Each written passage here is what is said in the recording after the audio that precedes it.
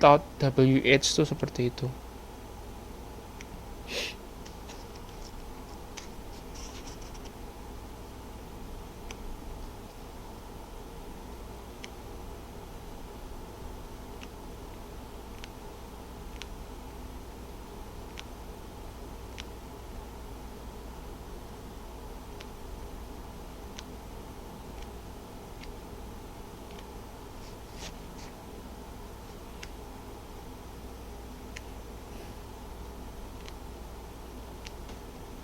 Mana tuh, kok nggak ketemu?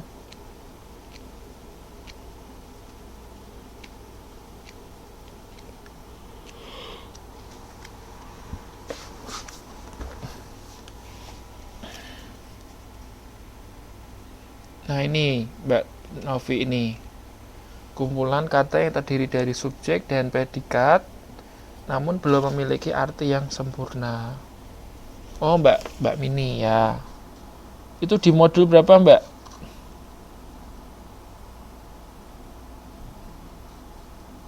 Modul 6. Oh ini nih.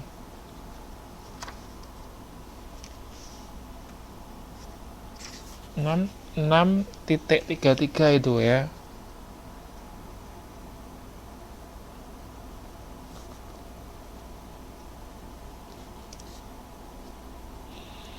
Nah itu kan ada beberapa itu untuk membuat adjective clause.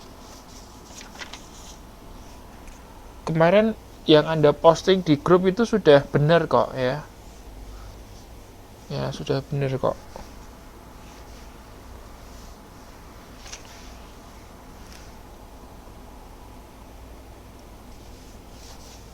Nah tadi ya, kalau clauses without WH itu artinya nggak pakai WH, jadi pakai yang that itu kan.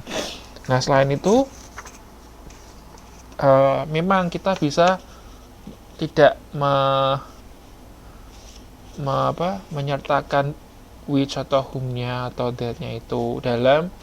Nah biasanya kita pakai dalam percakapan gitu loh ya. Dalam bahasa percakapan kita nggak perlu pakai, boleh.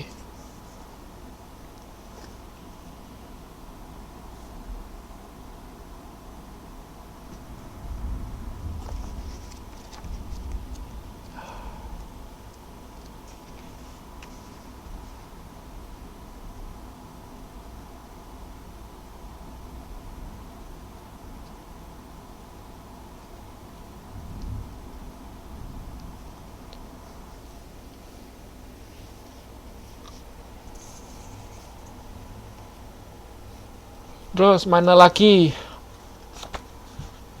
yang Anda belum jelas?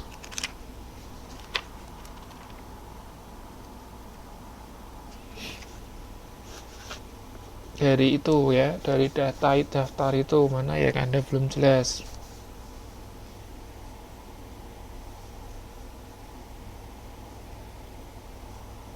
Saya rencana mau adakan satu kelas lagi minggu depan. Agendanya mau bahas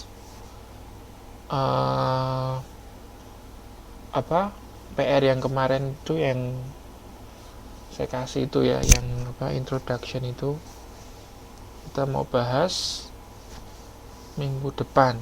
Anda ada waktu kan ya?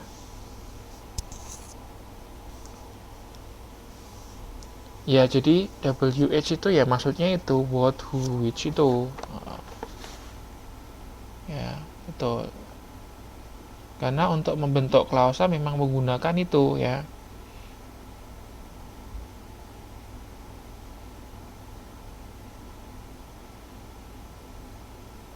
Jadi contoh klausa misalnya gini.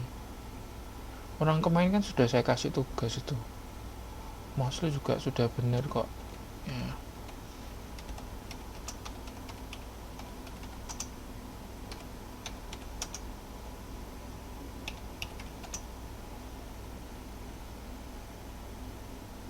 The teacher who has small eyes is Mr. Dev. Gitu. Nah, who has small eyes itu ya, itu dinamakan klausa. The teacher who has small eyes, ya, itu klausa. Klausanya di situ. Ya, the teacher, guru yang itu, guru itu yang mempunyai mata sipit adalah Mr. Dev. Jadi, nah who-nya ini boleh dihilangin nggak ya kalau gini ya? Kalau yang kayak gini boleh dihilangin nggak ya? Bentar, saya cek.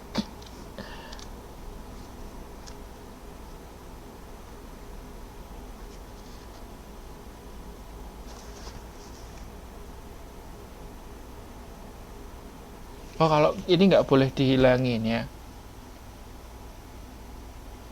Kalau ini nggak bisa dihilangin ya, meskipun dalam percakapan Lisa tetap nggak boleh dihilangin. Soalnya kalau dihilangin nanti nggak bisa ya, secara struktur salah juga, nggak boleh.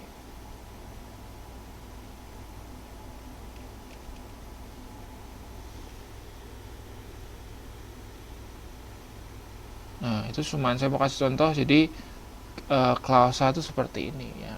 Nah, ini biasanya kita sebut adjective clause ya.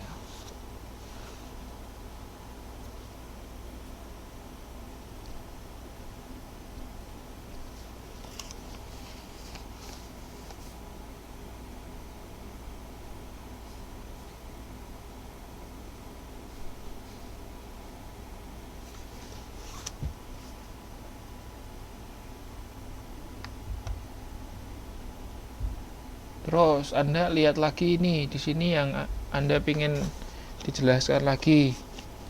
Kalau nggak ada, saya lanjutkan ke yang saya mau jelaskan itu nomor 1, modul 9 ya. Modul 9 nomor 1, nomor 2, oke saya belum menjelaskan ya. Yang 2 itu 6, 5 dan 6. Itu yang belum saya jelaskan. Ya, modul 9 nomor 1, 2, 5 dan 6. Itu yang belum saya jelaskan, yang lain sudah. Oke, kalau nggak ada, saya lanjutkan ke modul 9 yang saya mau jelaskan. Conditional if. If itu apa sih artinya if?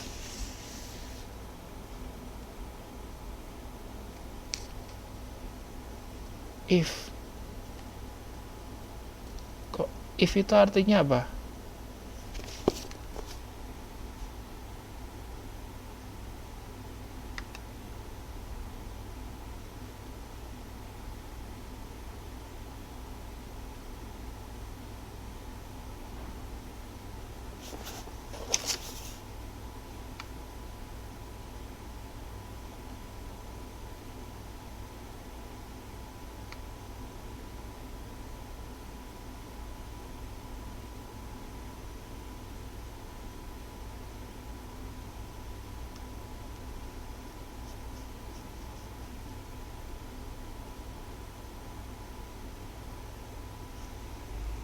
If itu artinya jika ya. Jika, ya betul. If itu artinya jika. Nah, conditional if itu adalah kalimat pengandaian. Orang kalau mengandaikan kan memang pakai jika ya. Jika aku kaya, aku akan pergi ke mana? Ke Amerika, misalnya gitu ya. Jadi conditional if itu adalah kalimat pengandaian. Nah, itu memang kita pakainya if. Nah, kalau kita ngomong pengandaian atau conditional if itu ada 3 macam. Nah, tapi kita mau untuk yang ini ya, untuk yang ini kita akan bahas pengandaian yang pertama saja. Sambil dibuka halaman 9.2.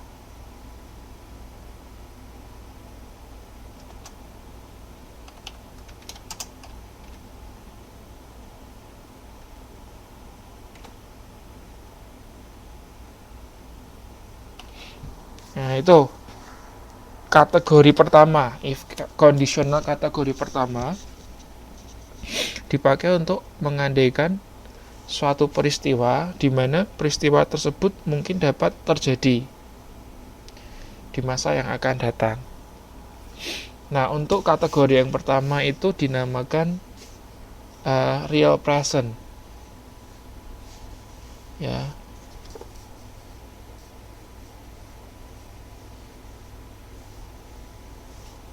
Oh, ini ada pertanyaan dari Mbak Dika ya. Ini Dincul nih Dika kan?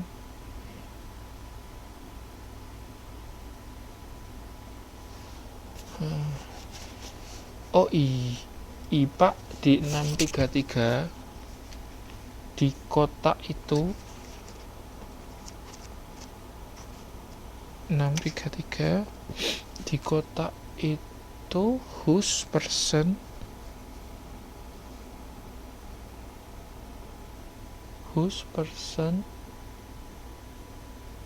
apa bedanya who's the old man son?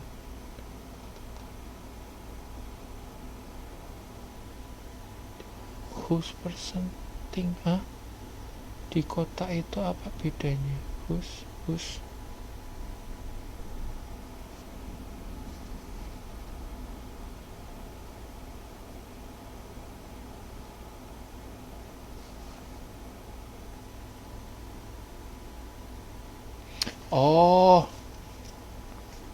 Oh Dini ya, Mbak Dini. Jadi gini Mbak Dini, itu maksudnya gini loh. Nah, itu person ya, person itu maksudnya orangnya. Terus ada whose, kemudian thing itu benda ya. Nah, yang bawahnya itu contoh kalimatnya gitu loh. Jadi untuk person contohnya the old man. Terus pakai whose, thingnya son. Tuh, jadi yang bawahnya itu contoh kalimatnya gitu kan. The old man whose son is Baskara goes to Singapore misalnya gitu kalimatnya. Ya, the old man whose son itu berarti seorang yang tua gitu ya. The old man, orang tua itu whose son yang anaknya. Whose son itu yang mempunyai anak atau yang anaknya gitu loh. Nah, yang anaknya namanya Baskara, Baskara gitu kan, goes to Singapore misalnya gitu.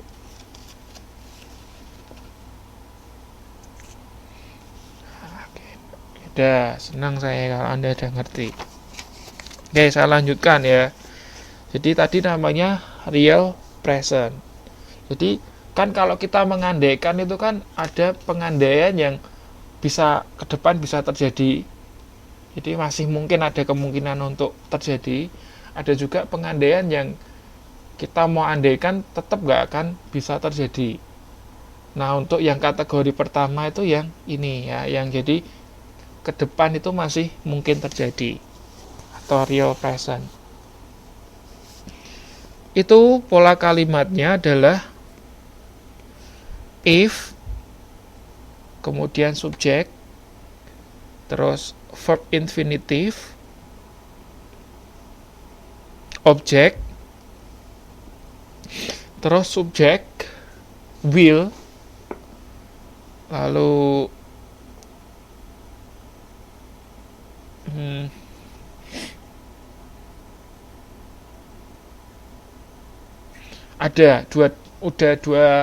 ada dua pola ya, ada dua rumus. Bisa will be, adjective, noun, adverb, atau enggak will, verb infinitive.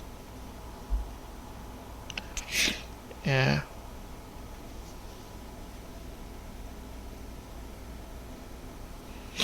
Jadi maksudnya itu garis ke atas itu ada dua tergantung kalimatnya ya. Kalau yang atas itu berarti kan kita menggunakan kalimat nominal. Terus yang itu yang pakai verb itu menggunakan kalimat verbal. Ya, oke, contoh lah ya, contoh.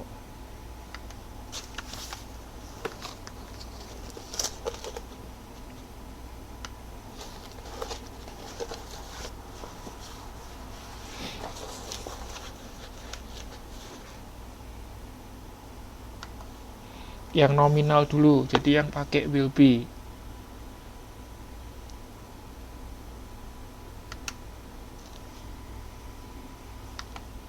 Saya gini, jika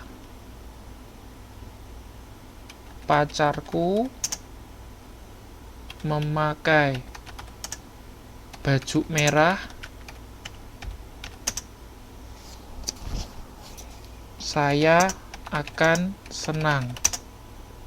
Ya, ini yang pakai be, yang nominal.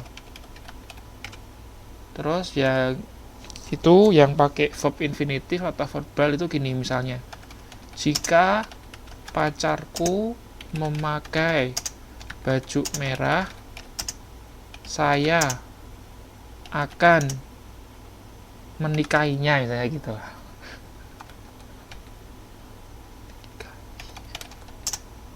Nah, ini yang verbal itu yang berarti pakai yang rumus bawahnya itu. Oh, siapa yang mau coba menginggriskan ini? Itu semua boleh coba deh. Yuk, yang atas ini kalau diinggriskan gimana? Jika pacarku memakai baju merah, saya akan senang. Sebetulnya di sini ada maka gitu ya.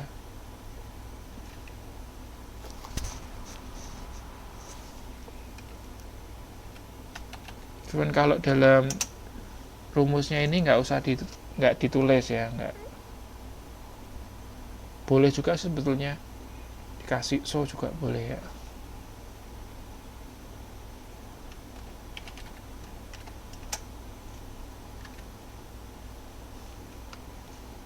Yuk, coba diinggriskan. Jika pacarku memakai baju merah, saya akan senang. Itu yang nominal. Akan senang itu kan nominal. Terus yang contoh yang kedua, jika pacarku memakai baju merah, saya akan menikahinya.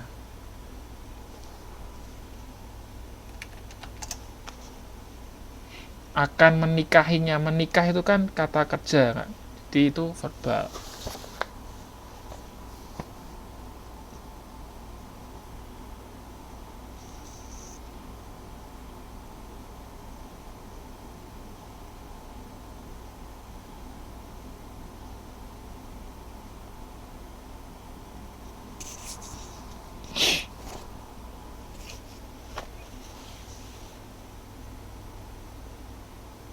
Mbak Nani tuh kenapa sih suka sekali pakai my boyfriend wearing gitu, kenapa sih dari tadi?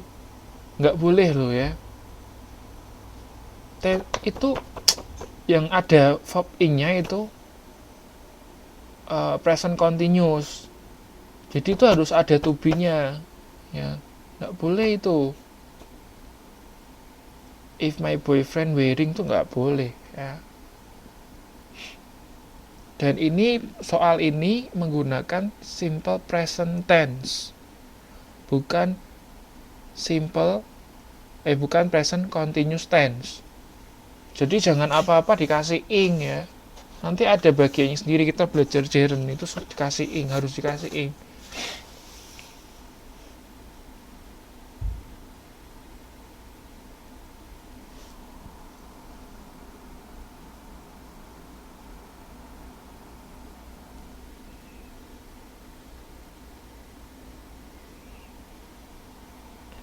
Baju merah ya oke, red shirt boleh, red cloth boleh deh, tapi yang paling tepat red shirt ya.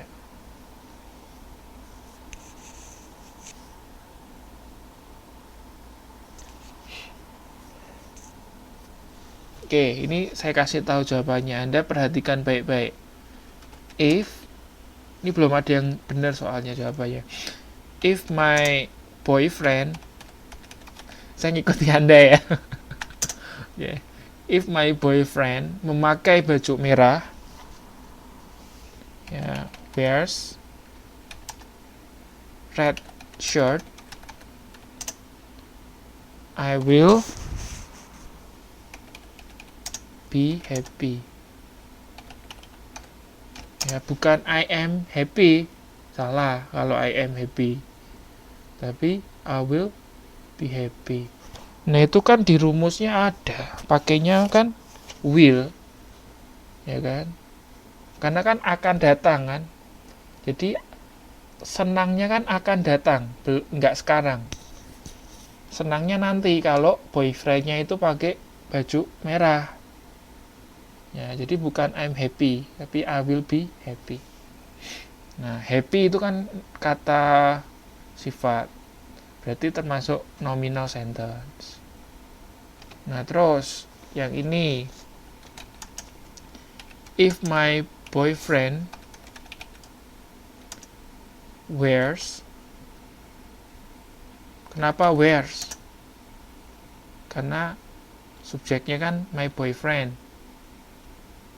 Ya, wears red t-shirt, red shirt ya. Ini sebetulnya harus dikasih ya.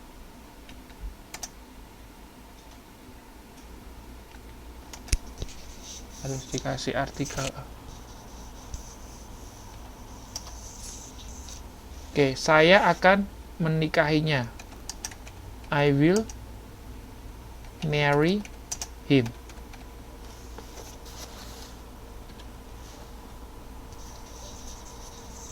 Ya, oke. Nah, itu.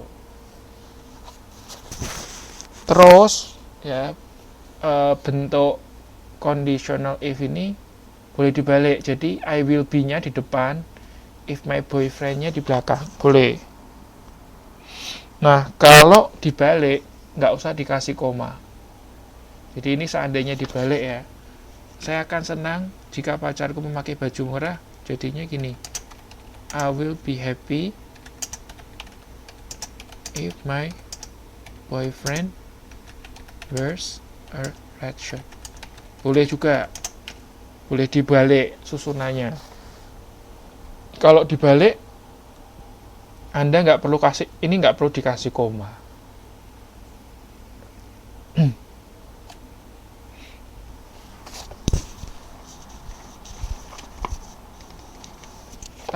Soal lagi. Jika saya sakit, saya tidak akan pergi ke misalnya ke Jepang ya. Oke, coba. Jika saya sakit, saya tidak akan pergi ke Jepang.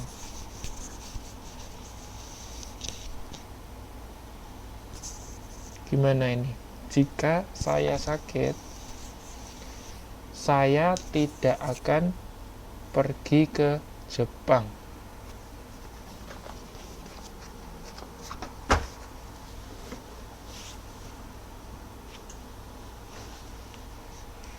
Oke, jawabannya Mbak Novi betul. Ya, jika ya, if I get sick atau I am sick juga boleh ya, sama ya. I get sick atau I am sick, I will not go to Japan.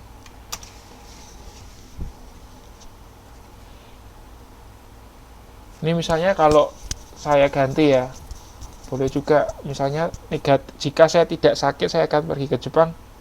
Boleh juga. Gimana coba? Kalau polanya saya ganti, ada negatifnya. Jika saya tidak sakit, saya akan pergi ke Jepang.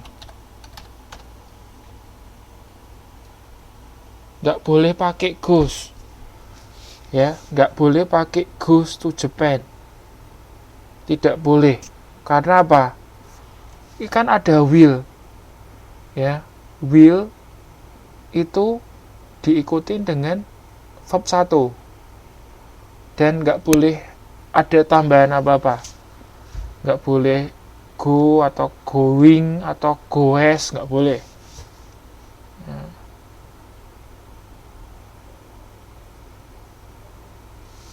Ya, jadi kalau yang kedua ini, if I don't get sick, I will go to Japan. Nah, oke, betul. Jika aku tidak sakit, aku akan pergi ke Jepang. Boleh dibalik kalimatnya, I will go to Japan if I don't get sick. Atau if I'm not sick. Boleh. Nah, itu adalah conditional if. Terus gini, dulu kan saya pernah ngajari kalau will itu sama dengan is going to ya. Artinya kan is going to itu juga artinya will. Cuman kalau dalam conditional if itu nggak boleh ya. Be going to nggak boleh digunakan ya. Kita harus pakai will.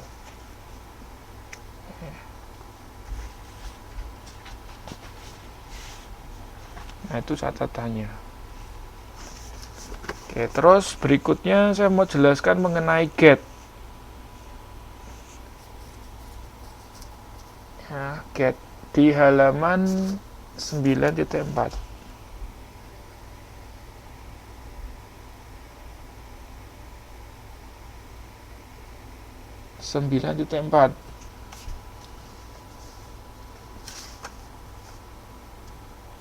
Nah, get itu bisa diikutin oleh beberapa bentuk kata-kata ya. Bisa diikutin dengan misalnya itu yang pertama get something atau somebody. Artinya adalah menerima atau membeli atau menemukan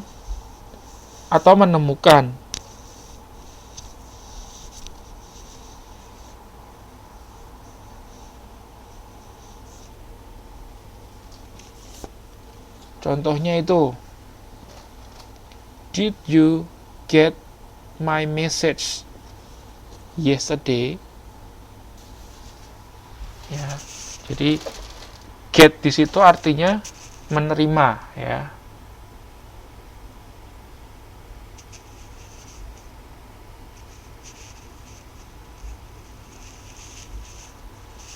Get di situ artinya menerima. Ada juga get yang artinya buy ya, jika diikuti dengan something atau kata benda ya.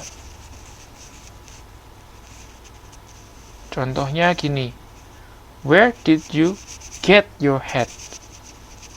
Where did you get your hat? Artinya di mana kamu membeli topimu.